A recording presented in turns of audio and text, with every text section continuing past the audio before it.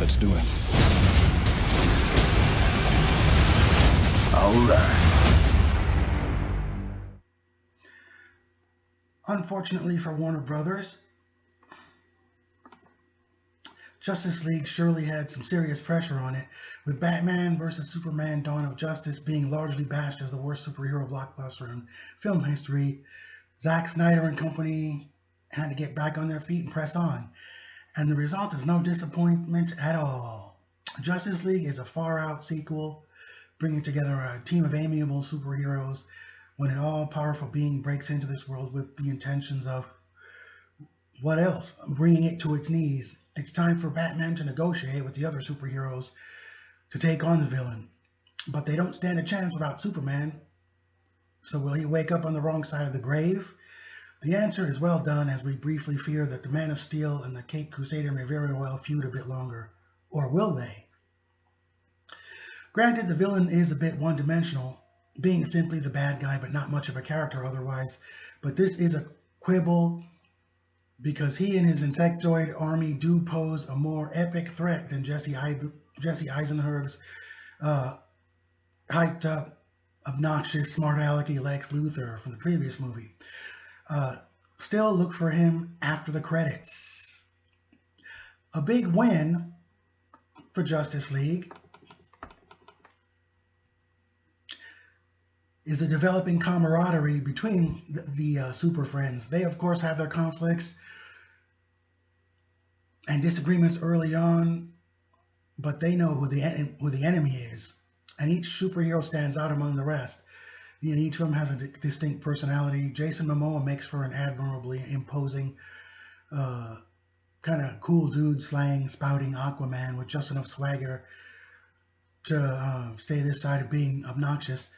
The friendly rivalry between the initially befuddled Superman and the Gosh OG Flash, a bit reminiscent of the current Spider-Man, is pretty charming, and Ben Affleck is a lovable Bruce Wayne who tries to do right at all costs, even at the, of course, a risk to his life especially. And some of his scenes with Superman and otherwise suggest a real human being under all the bat trappings. And of course, though expectedly badass, Gal Gadot is actually a very sweet, compassionate Wonder Woman. Naturally, this movie does one of the things that I think in this case by necessity that a lot of sequels try to do. You know, some sequels have succeeded without doing, and that's simply, trying to outdo the movie before. And in this case, yeah, in many ways that was necessary. So that Superman and company, they, in their battle, against the bad guy and his insectoid army, they do outdo the previous movie because everything's more apocalyptic than the last movie. And of course, these movies are expected to be that way, and this one really brings it because it's more epic and it's on a more epic scale than Batman versus Superman. And of course, this one is faster moving and more entertaining. So basically, they've improved in that respect. And the special effects, of course, you can pretty much tell that they're CGI. It's pretty much hard not to these days. But considering that, the CGI is pretty good. In fact, very good. It's Hollywood quality. It's just a lot of these kind of movies, it's more obvious when they're CGI. So considering that's the way it is these days, the CGI is pretty darn good, and the special effects, and of course the art direction and the production design, costumes and everything is nice, and everything is appropriately glossy. And each superhero, when they're ready to strike against evil, you're kind of like rooting for them to pounce. So that's always a good sign.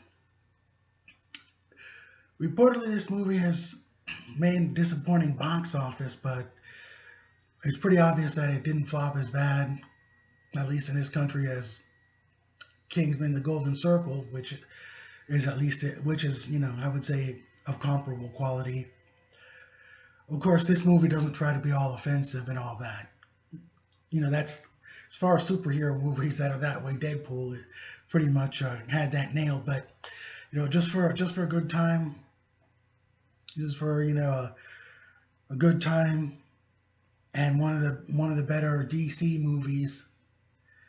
Yeah, I'd recommend Justice League. I'd recommend you at least give it a chance. And also, Danny Elfman is back for his umpteenth superhero movie. You know, scoring music. He did the first two Batman movies. He did, I believe it was the first. No, not the first. Yeah, at least one or two of the first Tobey Maguire Spider-Man movies, and I believe some of the Marvel movies. So this right here is, you know, at least overall on a par with the Avengers, or just about, if not as quote unquote intelligent. But that's not the whole reason we go to superhero movies, even though it's nice that they try to give them some class and, relatively speaking, for what it is, intelligence. So anyway, that's my review of Justice League, and more reviews will be coming up. Thanks for watching, and I'll see you at the movies.